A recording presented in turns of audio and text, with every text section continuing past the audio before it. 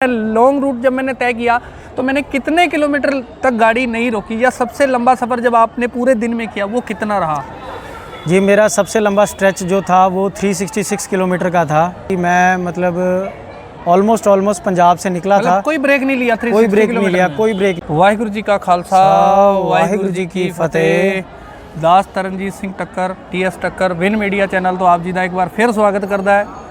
आज हम ऐसी शख्सियत से मिलने जा रहे हैं कि जिनसे हमें ऐसा इंस्पिरेशन मिलने वाला है, ऐसा ट्रैवलिंग एक्सपीरियंस जो हमें मिलेगा वो आज तक हमने देखा होगा। कोई पहाड़ों पर जा रहा है, कोई कहाँ पे जा रहा है, कोई गुरुद्वारों के दर्शन, कोई मंदिर के दर्शन, लेकिन आज हम ऐसे यूनिक पर्सन से मिलने जा रहे हैं जिन्होंने हमें 5 गुरुधामों की यात्रा कराकर, आपको भी ऐसे फील होगा इस वीडियो में पूरा देखने के बाद कि आपने 5 तख्तों के दर्शन इन वीर जी भाई साहब के साथ कर लिए हैं।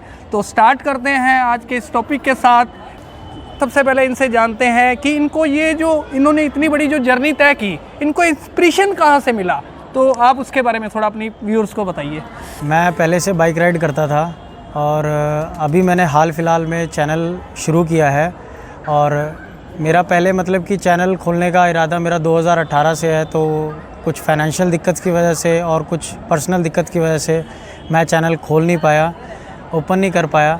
तो अभी क्या है कि गुरु महाराज की कृपा हुई है कि मैं चैनल ओपन भी कर पाया हूँ। और मेरी सबसे पहली सीरीज़ जो मेरे चैनल पे आ रही है वो 5 तख्तों के दर्शन की आ रही है, जिसमें आप मेरे साथ 5 तख्त के दर्शन करेंगे और अपने जीवन को निहाल करेंगे। और सबसे पहले मैं जानना चाहूँगा, जो आप 5 तख्तों आपने जो दर्शन किए, तो उनमें सबसे पहले किस तख्त के पे आप पहुँचे? जी, मैं बिलोंग करता हूँ हरियाणा अम्बाला कैंट से, जो कि मेरा मतलब कि घर वहीं पे है अम्बाला कैंट में। और वहाँ से मैंने शुरू किया तख्त अकाल तख्त के लिए, जो कि अमृतसर में है। सबसे पहले मैं वहाँ गया। 1 तारीख से मेरी राइड स्टार्ट हुई थी, 1 नवंबर से। तो वहाँ पे मैं 2 दिन रुका। उसके बाद मैं गया तख्त श्री केसगढ़ साहिब, जो कि अनंतपुर में है। उसके बाद वहाँ पे मैं 1 दिन रुका। उसके बाद मैं गया तख्त श्री दमदमा साहिब, जो कि तलवंडी में है। वहाँ पे मैं 1 दिन रुका। उसके बाद मैं निकला तख्त श्री हजूर साहिब के लिए, जो कि महाराष्ट्र में है। वहाँ पे मैं मतलब 2 दिन में पहुँच गया था। और उसके बाद वहाँ पे मैं 2 दिन रुका। 2 दिन रुक के वहाँ पे मैंने मतलब आसपास के गुरुद्वारे, जितने ऐतिहासिक गुरुद्वारे हैं, एक्सप्लोर किए, तख्त में दर्शन किए। उसके बाद वहाँ से मैं निकला था तख्त श्री हरमंदिर जी पटना साहिब के लिए। यहाँ पे मैं 10 तारीख को पहुँच गया था, रात को 12:30 बजे के आसपास। और क्योंकि मुझे रात में राइड करना थोड़ा ठीक लगता है, लेकिन मैं पर्सनली किसी को प्रेफर नहीं करता, क्योंकि रात की राइड थोड़ा सा डेंजरस हो जाती है। और मेरे को पर्सनली एक्सपीरियंस है, इसीलिए मैं काफ़ी मतलब 10-12 साल हो गए हैं राइडिंग करते हुए, तो इसीलिए मैं चलाता हूँ। आप प्लीज़ मत चलाइएगा। उसके बाद मैं यहाँ तक श्री पटना साहिब में पहुँचा 10 तारीख को। और 10 तारीख के बाद अभी मैं आज अपने घर की तरफ रवाना हो रहा हूँ तख्त श्री हरमंदिर जी पटना साहिब के दर्शन करने के बाद। और मैं आपसे कुछ जानना चाहता हूँ, जैसे हमारा चैनल भी काफ़ी लकी है, क्योंकि आप जब 5 तख्तों की यात्रा पूरी करने के बाद हमसे आपकी मुलाकात हुई, ताकि हम पूरे आपके जो टूर रहा, आपके जो दर्शन रहे, उसके पूरे कुछ उसमें आपकी खट्टी मीठी यादें होंगी। जैसे आप सबसे पहले अकाल तख्त साहिब गए, तो वहाँ पे आपको रूम लेने में या कहीं रास्ते में कोई प्रॉब्लम आई कहीं आपको? जी, अकाल तख्त जब मैं पहुंचा तो मैं पहुंचा था शाम को 3 बजे के आसपास। तो वहां मैंने रूम के लिए अप्रोच किया, तो रूम मुझे वहां पे नहीं दिया गया। उसका कुछ कारण था। उन्होंने कहा कि फैमिलीज़ बहुत ज़्यादा आई हुई हैं, तो उनकी तरफ से फ़र्स्ट प्रायोरिटी फैमिलीज़ को दी जाएगी। अगर उसके बाद रूम बचता है तो आपको दिया जाएगा, क्योंकि आप 5 तख्त के दर्शन के लिए निकले हो, इसीलिए उसके बाद आपको मतलब कि रूम दिया जाएगा। और मेरा मानना है, पर्सनली भी मानना यही है कि ये एक बहुत अच्छी बात उन्होंने बताई मुझे, कि जो हमारे घर के बड़े बुज़ुर्ग और घर के बड़े लोग आते हैं, पहला सम्मान उनका बनता है, उसके बाद सम्मान हमारा बनता है। और मैं इस चीज़ से मतलब कि कोई दुखी नहीं था, कोई गिला शिकवा नहीं था, कुछ नहीं था। लेकिन क्या था कि चलो जो किया बाबा जी ने ठीक किया है, ऐसा कुछ था नहीं कि हाँ अभी मैं गुस्सा था, कुछ ऐसा, बस बढ़िया था। एक्सपीरियंस बहुत अच्छा था वहाँ का और कुछ सीखने को मिला मुझे। बिल्कुल जी, सभी लोग मैंने आज तक देखा है कि अगर किसी को रूम ना मिले तो उसके वो दिमाग में वो बोलते हैं ना, एक पारा चढ़ जाता है। ऐसा नहीं है, तो इन्होंने इस चीज़ को अप्रिशिएट किया, क्योंकि इतना बड़ा रूम और एक पर्सन को जब मिलेगा तो कहीं ना कहीं 3-4 लोगों को मिलने वाली जो जगह है वो उनसे छिन जाती, तो हम कहीं ना कहीं हमने को फील होता कि हम कहीं कभी आपके भागी तो नहीं हो रहे हैं। तो ठीक है, उसके बाद जैसे आपने इतना लंबा सफ़र करा तो आपने गुरुद्वारों में ही रुका या कहीं आपको होटल भी रहने लगा या कहीं बाइक भी ब्रेक डाउन आपकी हुई या कोई गर्दी सर्मी का, लैंग्वेज का क्या असर पड़ा आपके ऊपर? जी, लैंग्वेज बैरियर तो ऐसा है कि पूरे हिंदुस्तान में हिंदी बोली जाती है, तो लैंग्वेज बैरियर तो कहीं नहीं था। और दूसरा क्या था कि इस पूरी जर्नी के बीच में, इस पूरी यात्रा के बीच में मैंने एक ही जगह होटल लिया, वो था बैतूल, मध्य प्रदेश का लास्ट बॉर्डर महाराष्ट्र में एंटर होने से पहले। वहाँ पे मैंने जो होटल लिया था उसके मतलब लेने का कारण ये था क्योंकि मैं भोपाल ऑलमोस्ट 2 बजे पहुँच गया था, 2-2:30 बजे के आसपास पहुँच गया था मैं।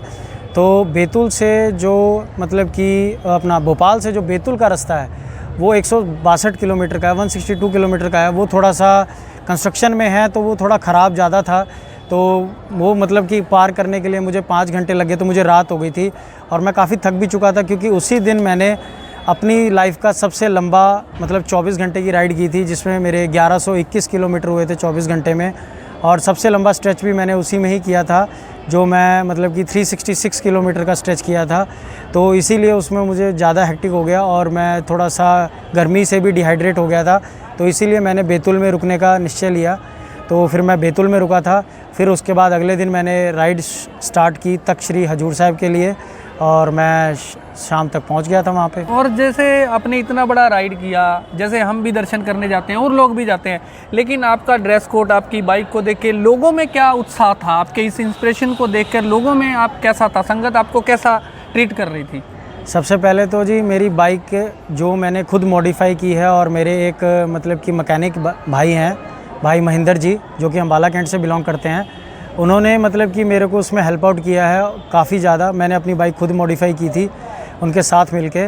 उसके बाद क्या हुआ कि जैसे मेरा ये ड्रेस कोड है, इसे राइडिंग गियर्स बोलते हैं। जब हम राइडर्स मतलब कि मैं राइडिंग कम्युनिटी से बिलोंग करता हूँ, तो राइडर्स जब अपनी राइड पे निकलते हैं तो ये सेफ्टी प्रोसीजर गियर्स पहन के निकलते हैं ताकि हम कभी क्रैश करें या फिर गिर जाएँ तो हमारे को चोट ना लगे। और मतलब कि नॉर्मल इंसान इनको देखता है तो वो सोचता है कि पता नहीं इसने क्या डाला है, क्योंकि नॉर्मल इंसान ये नहीं डालता, ये चीज़ें यूज़ नहीं करता है। तो इसीलिए उनका मतलब कि ये था कि ये इन्होंने क्या डाला हुआ है, क्यों डाला हुआ है, किस वजह से डाला हुआ है, इसका मतलब क्या है डालने का। तो वो देख के मतलब हैरान हो रहे थे मुझसे। मैं जहाँ भी जा रहा था, जहाँ भी थोड़ा भी ब्रेक लेता था, वहीं गैदरिंग इतनी ज़्यादा हो जाती थी, पूछते थे। मैं 5 मिनट का ब्रेक लेने की सोचता था, वहाँ पे 25-30 मिनट का ब्रेक हो जाता था। तो वो चीज़ कोई बात नहीं, 25-30 मिनट का मैं कवर भी कर लेता था फिर। लेकिन एक चीज़ है, जब आप लोगों से मिलते हो, लोग आपसे पूछते हैं, लोग आपको इज़्ज़त बख्श रहे हैं, तो आपका फ़र्ज़ बनता है वो इज़्ज़त को लेना। अगर आप वो इज़्ज़त को ले रहे हो और उनको मतलब धन्यवाद कर रहे हो आपको इज़्ज़त देने के लिए, तो उससे बड़ी बात कोई भी नहीं हो सकती। और ये सबसे बात जो देखनी है, हमारे जो तख्त हैं, 3 तख्त तो पंजाब में बिल्कुल पास पास पड़ते हैं, लेकिन उस तख्त के बाद जब जो जर्नी आपने तय की, जैसे हजूर साहब, तो आपकी कितनी लंबी राइड रही थी? कितना लंबा आप चलते थे या ज़्यादा हाल्ट करते थे? देखो जी, मैं अगर तख्त श्री दमदमा साहिब से तख्त श्री हजूर साहिब की दूरी जो है वो 1700 किलोमीटर के आसपास है। अगर 1700 किलोमीटर मैं 2 दिन में कर रहा हूँ तो इट मीन्स मैंने कंटिन्यू किया है। और मतलब कि ये कंटिन्यू भी गुरु नानक देव जी ने ही करवाया है, उनके आशीर्वाद के थ्रू और उनकी ब्लेसिंग के थ्रू ही मैं इतना कंटिन्यू चल पाया हूँ। नहीं तो मैंने देखा है कि लोग 50 किलोमीटर के बाद भी इतना थक जाते हैं कि वो बोलते हैं कि अब हम पूरा दिन हिल नहीं पाएंगे। लेकिन गुरु नानक देव जी का आशीर्वाद था और उनकी ब्लेसिंग थी कि जो मैं मतलब कि इतना लंबा चल पाया और मैंने 2 दिन में मतलब कि पूरा डिस्टेंस कवर कर लिया। और जो अगर हम जर्नी की बात करें तो सबसे, जब भी कोई राइडर निकलता है तो वो अपनी जर्नी को नोटिस ज़रूर करता है। मैं लॉन्ग रूट जब मैंने तय किया तो मैंने कितने किलोमीटर तक गाड़ी नहीं रोकी, या सबसे लंबा सफ़र जब आपने पूरे दिन में किया वो कितना रहा? जी, मेरा सबसे लंबा स्ट्रेच जो था वो 366 किलोमीटर का था। और 366 किलोमीटर का कहने का मतलब ये था कि मैं मतलब ऑलमोस्ट पंजाब से निकला था। कोई ब्रेक नहीं लिया? कोई ब्रेक नहीं लिया, कोई ब्रेक नहीं लिया जी। सिर्फ मैंने एक जगह बस छोटा सा, वो भी मैंने अपना पानी कैरी करता हूँ, तो मैंने बाइक पे बैठ के ही पानी पिया था। मैं बाइक से उतरा भी नहीं था, सिर्फ मैंने हेलमेट निकाला था थोड़ी देर के लिए हवा के लिए, और उसके बाद फिर मेरा वो जर्नी स्टार्ट हो गया। तो 366 किलोमीटर का मेरा सबसे लंबा स्ट्रेच था इसी राइड के दौरान, इसी यात्रा के दौरान। ओके। और पूरे दिन में किस दिन आपने सबसे ज़्यादा लंबी जर्नी करी? 24 आवर की बात में जिस दिन मैं तख्त श्री दमदमा साहिब से निकला था तख्त श्री हजूर साहिब के लिए, उस दिन की मेरी सबसे लंबी जर्नी थी। 24 घंटे में मैंने 1121 किलोमीटर किया था कवर। वाओ! और वो मेरे लिए खुद पर्सनली एक मतलब मेरा वर्ल्ड रिकॉर्ड है, मेरा पर्सनल वर्ल्ड रिकॉर्ड है। पर्सनल रिकॉर्ड ब्रेक तो कर दिया आपने। मैं उस दिन बहुत खुश था कि मैंने मैं मतलब कि ऐसा साबित कर सकता हूँ। मुझे खुद को बिलीव नहीं हुआ कि मैं ऐसा कर चुका हूँ और मैंने ऐसा कर दिया है। तो मतलब कि मेरे लिए बहुत बड़ा शाउट आउट था खुद के लिए। और मैं सभी को ये कहना चाहता हूँ, अगर आप कोई भी अच्छा काम करें, दूसरों को शाउट आउट देने से पहले खुद को शाउट आउट दें, क्योंकि आपने वो काम अचीव किया है, आप भी उसके लायक हो और आप भी उस मतलब कि काम को कर सकते हो। ठीक है जी, आपसे मिलने में बहुत मज़ा आया हमें। और सबसे पहले व्यूअर्स को हम आपकी बाइक के भी एक बार दर्शन जरूर करेंगे, क्योंकि आपकी मैंने सुना है कि नॉर्थ इंडिया की सबसे मॉडिफाइड और मतलब गुड लुकिंग बाइक है, और उसके ऊपर पूरा मैप भी बना हुआ है 5 तक, यानी कि पहले डिसाइडेड था कि हमें ये करना है, तो उन्होंने कर दिखाया। और नेक्स्ट इनके साथ और भी वीडियोस लाते रहेंगे, इनकी फैमिली से भी दर्शन करेंगे। और मैं चाहता हूँ कि 2 मिनट के लिए इनके फादर साहब भी हमारे बीच में हैं और उनके भी हम साथ में मिलवाना चाहेंगे। और सबसे बड़ी बात, ये फौजी फैमिली से बिलोंग करते हैं, इसीलिए इतना जज्बा है भाई, इसीलिए इतना ये रूट तय कर पाए। और कहीं ना कहीं हमारे लिए फ़ख्र की बात है। हम चाहेंगे कि 2 मिनट के लिए इनके फादर साहब हमारे बीच में मौजूद है, उनसे भी हम मिलवाना चाहेंगे। वेलकम जी, सत श्री अकाल, नमस्कार जी, वाहिगुरू जी का खालसा वाहिगुरू जी की फतेह। ये सुरजीत सिंह जी हैं, जो कि इस समय आर्मी के अंदर हैं। तो हमारे लिए फ़ख्र की बात है और हमारे चैनल के लिए भी बहुत अच्छी बात है कि जो देश की सेवा कर रहे हैं वो हमारे बीच मौजूद है। तो आप अपने बेटे के बारे में क्या कहना चाहेंगे और इनको इंस्पिरेशन कहाँ से मिली और आपका क्या सपोर्ट रहता है इनको, या कोई डांट पड़ती है भी बाहर निकल रहा है यार मत निकलो, ऐसा तो नहीं है बाकी की तरह? ऐसा कोई नहीं महाराज जी, एक गुरु दर्शन जो दिए हैं महाराज ने, इनकी इच्छा थी, इनकी इच्छा के अकॉर्डिंग मैंने कहा अभी चलो ठीक है आप दर्शन करो। दर्शन करके आप मतलब कि 5 तख्त करके 5वें तख्त असी तुहानू मिलांगे। बाकी बड़ी अच्छी इसकी टाइम पास होया। पहली तरीक तो अरदास करा के असी 5 वजे पिंड तो तोरिया सी। उसके बाद 10 तरीक नूं 11 तरीक नूं सानू इत्थे रात नूं पटना साहब हरमंदर साहब दर्शन होए साडे दे, ते असी बड़े खुश होए कि हाँ साडा बच्चा इन्ना लंबा सफ़र करके वापस पटना साहब आ गया। हुण पटना साहब तो वापस बेटा घर नूं रवाना कर रहा है। मैं एक और बात बताता हूँ, आपके व्यूअर्स के मन में भी ये होगा कि मतलब वो तो बाइक पे इतना सफ़र कर रहे हैं तो फादर साहब कैसे मिले। तो ये जब पूरी यात्रा करके यहाँ पटना से पहुँच रहे थे तो इसके खुशी में इनके फैमिली भी शामिल होना चाहते थे। तो ये बाई ट्रेन इनकी फैमिली यहाँ पर पटना से पहुँची ताकि एक गुरु साहब का शुक्राना कर दिया जाए कि इतना बड़ा जो उपराला है वो बिना किसी गुरु की कृपा के नहीं हो सकता। राइडर करने वाले यार मैंने देखा कई कई जगह पे चले जाएंगे, कुल्लू मनाली, इधर गलत चीज़ों की तरफ राइड कर रहे हैं। और राइड ऐसी करें जहाँ पर गुरु को भी परवान हो। तो मिलते हैं आपकी ब्लेसिंग के साथ। जैसे आपको बताया गया था कि विन मीडिया पे जो इनका सर का इंटरव्यू चल रहा है, बाइक के दर्शन जरूर कराने हैं। तो मैं कहूँगा कि कैमरे को पास लाएं और पहले इनके फ्रंट लुक को दिखाएं ताकि इनका पूरा मैप दिख रहा है। जैसे अकाल तख्त साहब गए, केसगढ़ साहब गए, अपने घर से निकले, पटना साहब यहाँ पहुँच चुके हैं। पूरी तरफ से मैं चाहूँगा एक बार कैमरे को पूरा व्यू दिखाया जाए। ऐसी बाइक बताने में आया है कि नॉर्थ इंडिया की पहली ऐसी ज़बरदस्त बाइक है।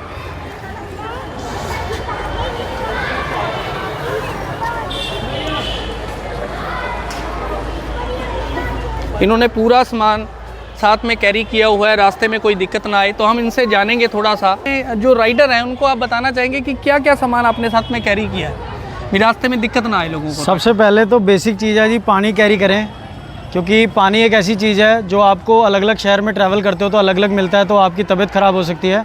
सबसे पहले तो बेसिकली आप पानी अपने साथ रखें। दूसरा क्या है कि आप अपने साथ एसेंशियल टूल किट रखें कि अगर आपकी बाइक कहीं ब्रेक डाउन होए तो थोड़ा बहुत आप खुद ही उसको ठीक कर सको। और तीसरी चीज़ ये है कि राइड सेफ करें, दूसरे की सेफ्टी भी देखें और अपनी भी सेफ्टी देखें। सबसे पहले अपनी सेफ्टी देखें, अगर आप अपने आप को सेफ़ रखोगे तो दूसरे को आप सेफ़ रख दोगे। और सबसे बड़ी ज़रूरी बात है, मैं इनको कहूँगा हाईलाइट कर दें, इनका यूट्यूब चैनल आ रहा है और इन्होंने ये पहला मेरे को लगता है कि ऐसा यूट्यूब चैनल है कि जिसमें 30 से ज़्यादा एपिसोड पूरे रिकॉर्ड हो चुके हैं एडिट के बाद। आपको इसी इंटरव्यू के अंदर, आपको डिस्क्रिप्शन के अंदर इनके चैनल का लिंक मिल जाएगा, वहाँ पे आप देख सकते हैं इनकी पूरी सीरीज़ में। और गुरुधामों के दर्शन आप करते रहेंगे इसी तरह, मतलब जहाँ भी ये जाते हैं वो यही नज़ारा देखने को मिलता है। आप कैमरे को घुमा के दिखाइए कितनी संगत चारी तरफ से पूरा उत्साह है कि जो 5 तख्तों पे दर्शन करके आ रहा है तो लोग भी उसी उत्साह में रहते हैं, उसने दर्शन में रहते हैं। तो मैं चाहूँगा कि एक बार फिर संगत जी बोले सो निहाल, सत श्री अकाल, बोले सो निहाल, सत